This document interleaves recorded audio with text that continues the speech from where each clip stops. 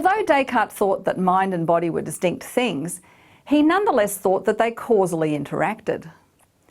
The mind moves the body to perform actions for it, and the body causes thoughts to occur in the mind.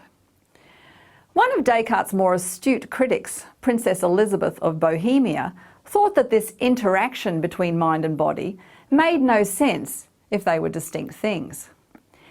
How, she asked, could an immaterial thing, the mind, move a material thing, the body, when changes to the motions of bodies occurs through contact at their surfaces?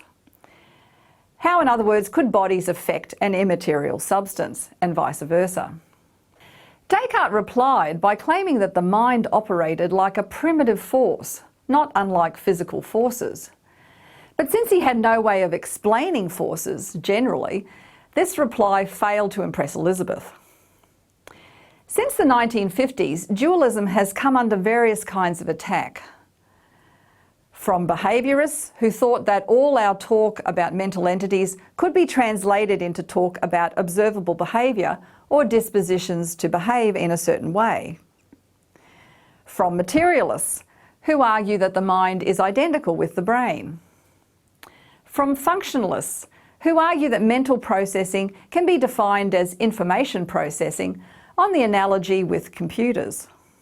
And from eliminativists who argue that our mentalistic terminology is just a relic of an unscientific folk psychology that ought to be eliminated from our vocabulary, along with terms for things like witches and ghosts.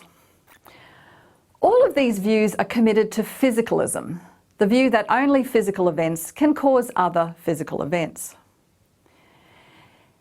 More modern forms of dualism, such as epiphenomenalism or property dualism, find it hard to argue against this idea and often resort to claiming that while some mental properties are non-physical, they do not causally interact with physical objects.